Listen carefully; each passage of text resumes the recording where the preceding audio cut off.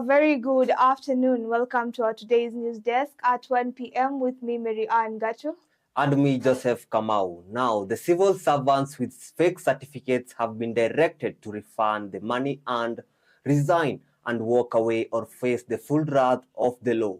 The directive has been issued by President William Ruto, who says that in a bid to reduce the wage bill to the requisite that 5% ratio to revenue, all ministries, departments and agencies will be monitored closely by the Controller of Budget, with those having unqualified audit reports given 3 weeks to declare their next course of action. People who have been earning government wages and salaries with fake certificates, so that to Susumbuane, they should just refund the money we pay them as salaries and wages, so that we stop the games. Otherwise, EACC, DCI must move with full speed to recover public resources that were spent on these people. Make hard decisions that will be beneficial to this country.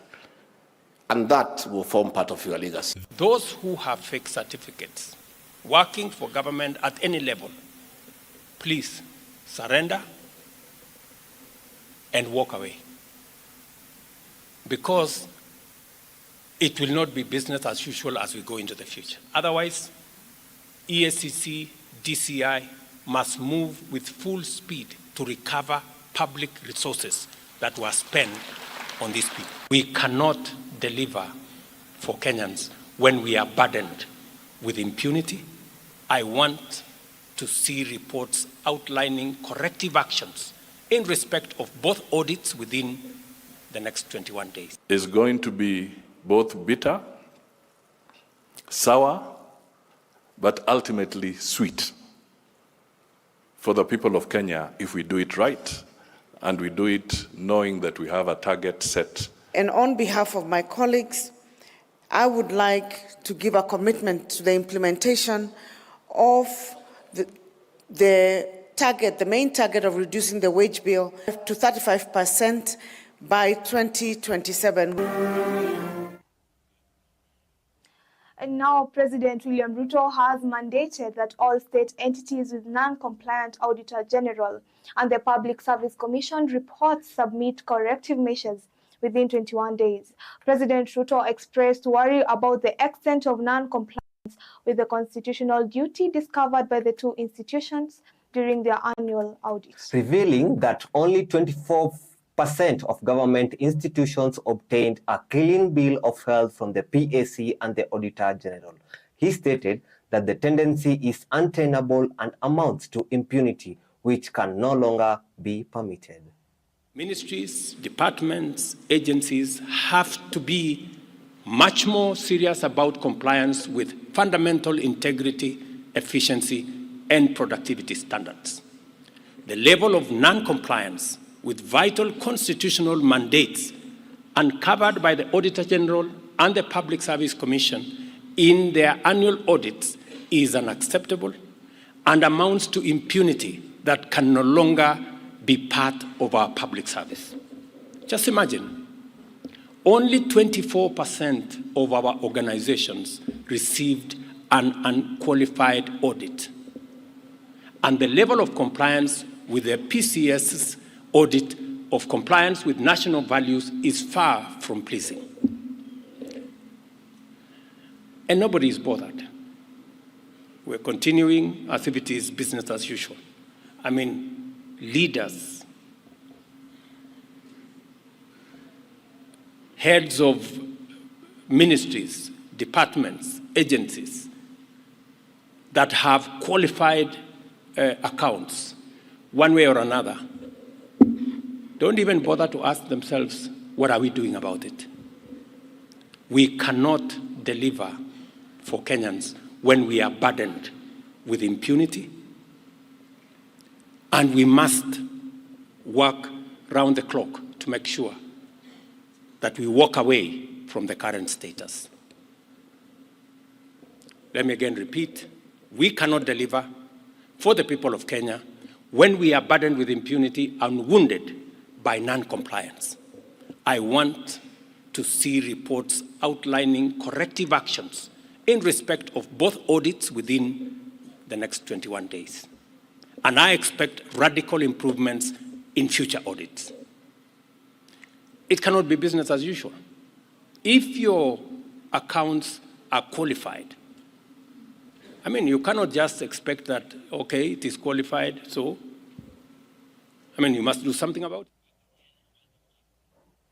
Now, if the current court judgment is followed, the health service in public hospitals will gradually restart, reducing the agony of thousands of patients who have been without them for 35 days due to a statewide doctor strike. The Employment and the Labor Relations Court has suspended the doctor strike notice due to March 6, 2024, and ordered a part of the doctors to return to hospitals while negotiations begin.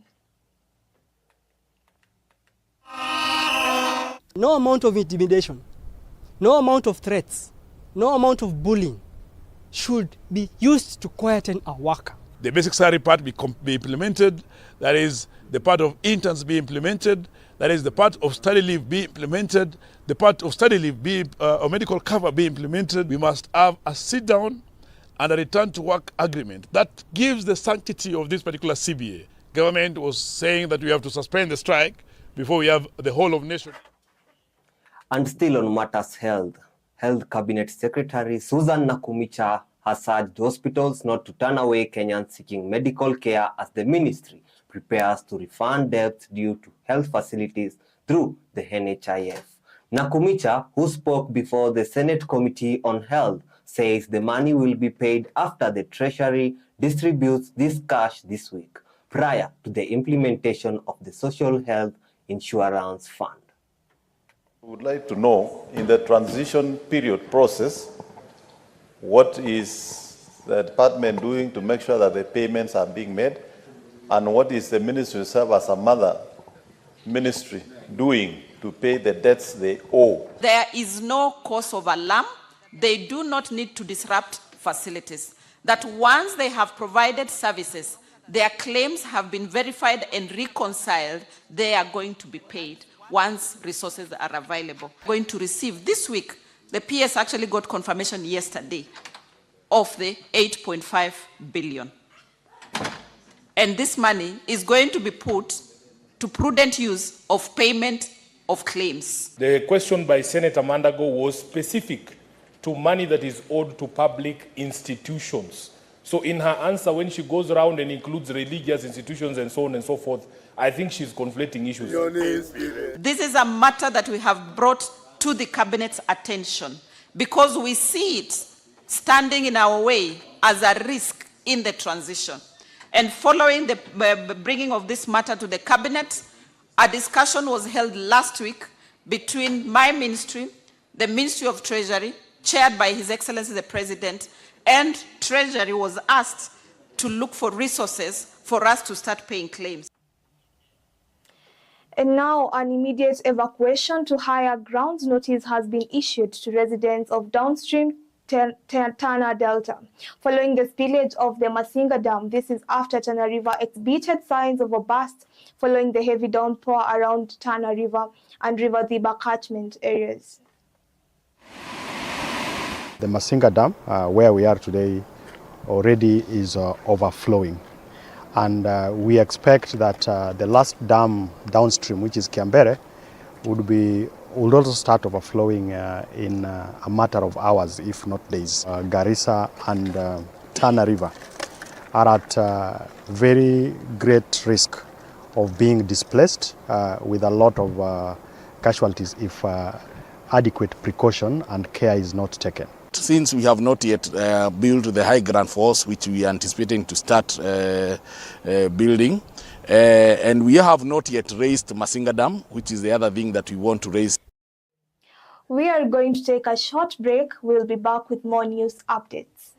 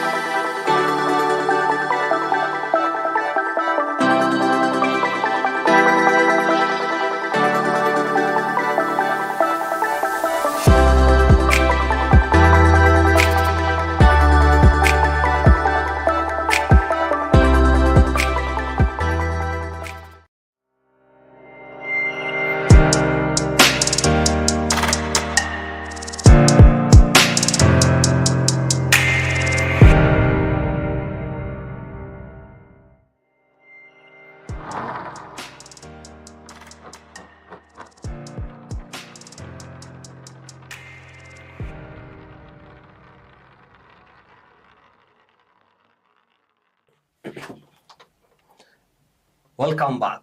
Uhuru and Central Parks will be out of bounds for political rallies. This is according to Defense Cabinet Secretary Aden Duale, who made the remarks during a preliminary session at the Senate, noting that the national government and Nairobi County signed a memorandum of understanding to ban political rallies from the two parks. KDF is set to hand over Uhuru Park to Nairobi County on Thursday as renovations come to a close. As per the contract. However, we have only few pending works, less than 8%, which we have agreed, and we are signing an MOU with the county government of Nairobi, that they can assure us in a very less time, less than 3 weeks, they will fix. That park will never again be used by politicians to address rallies. It's out of bound. Like ODM and the others, like in Kenya Kwanza, that's where you show your might. You can raise the highest number, but I think there are many other open places. Those of us who are in the political class, we look for another park. We look for another venue. So Uhuru Park and Central Park belongs to the citizens of Nairobi and other Kenyans, that during the weekend, when they want to enjoy, when they have a choice between going to a mall or going to a park. Now, the Orange Democratic Movement officials from Kisii have called on security agents to stop threatening and intimidating Governor Simba Arati. Led by Chairman Kerosi Ondieki, the officials said that the intimidation was hampering Arati's work and that it was wrong for the security officers to be visiting the governor's residence, terming it as unacceptable. The constant, unwarranted attack on our governor, His Excellency Paul Simba Arati. We are incensed. We are not happy. We are concerned that the harassment and intimidation of our governor has gone howling. We cannot describe it. We can't condone it any further. They started slowly. They even went to the stadium. They even went to his home. Now they are threatening to get hold of him. We have no problem if he has committed an offense. But now that he has not committed any offense, which we know, we want to demand answers. Why is the government, and particularly the CCIO, the county commander, the county commissioner, and the other officials here in Kisii and in Nairobi, why are they interested in Simba Arati? On matters concerning security, police at Lodwar Police Station on Tuesday arrested Kenya Defence Forces soldiers who disarmed their colleague at a roadblock for delaying to remove spikes on the road. A police report said the KDF officers were riding in a water bozer at the time of the incident around 11 a.m. The police also said the officer who was disarmed was manning a roadblock at Mount Kenya area in the company of 3 other officers from Turkana County Enforcement Department. According to the police report, the KDF officer ordered the officer whose firearm he had snatched to go down on his knees, but he refused.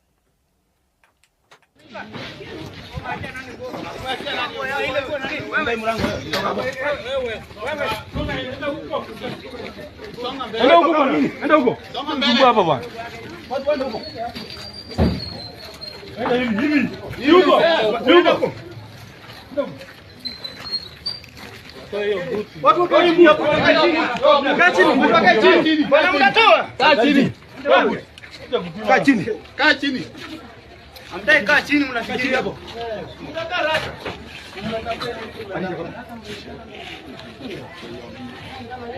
Sisi ni mahali. Sisi mahali niko. Mudisema sari, mupige. Wewe, sisi. Sisi umevunjika. No, wewe kama ungekuwa umechukua bunduki na ulishima, unakuja unafunguaje kama wewe ni driver? Si ungekuja kuniongelesha iko hivi na hivi.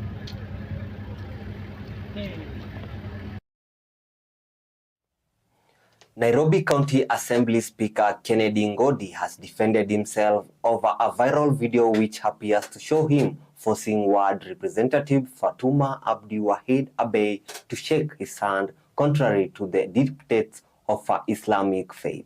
Ngondi on Wednesday said the video, which he has sparked uproar, was taken during a surprise birthday party, which also came following his election in September 2022. He said the issue had been blown out of their proportion and that he had already asked for forgiveness from the MCA's family and the Muslim faith at large. Of the Assembly and all the members who have come forth in order to set out the issue at hand clearly. Honorable members of the Fourth Estate, I really have a short speech to make. And I'm going to read this for purposes of documentation or documentary and for further reference. And allow me to read. I want to reach out to the family of Mzee Abe and her daughter, Honorable Fatuma, who is one of my devoted members of the Assembly.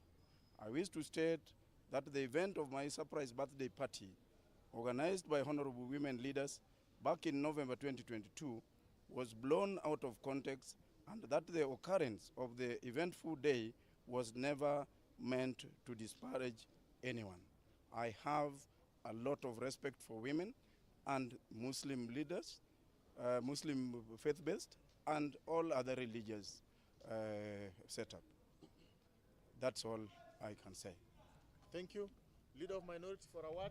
Yeah, thank you very much. I think it is very unfortunate that such a video is circulating. First of all, it is evident that this is an edited video.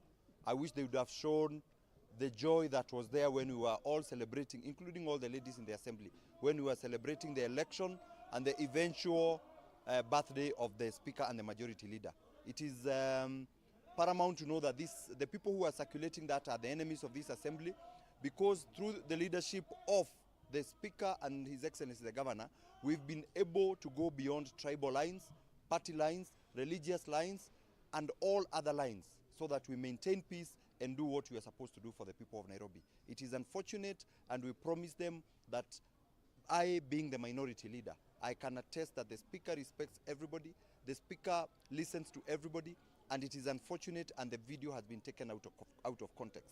It is also important to say that Fatma has come forward and actually, with the other ladies here, put the message forward that is not what they are saying in that video is actually not what transpired. I'm very sure that we shall overcome this, and it is unfortunate. And we want to send a message to the enemies of this Assembly, the same people who, when we behave badly, call us names, they say we are not educated, that we are not going back to the chaotic Assembly that they've always wanted us to do. And we beg the question, why has it taken them almost 2 years to bring out this video? So it is very unfortunate, and we wish our Speaker well, and we support this Assembly. Thank you.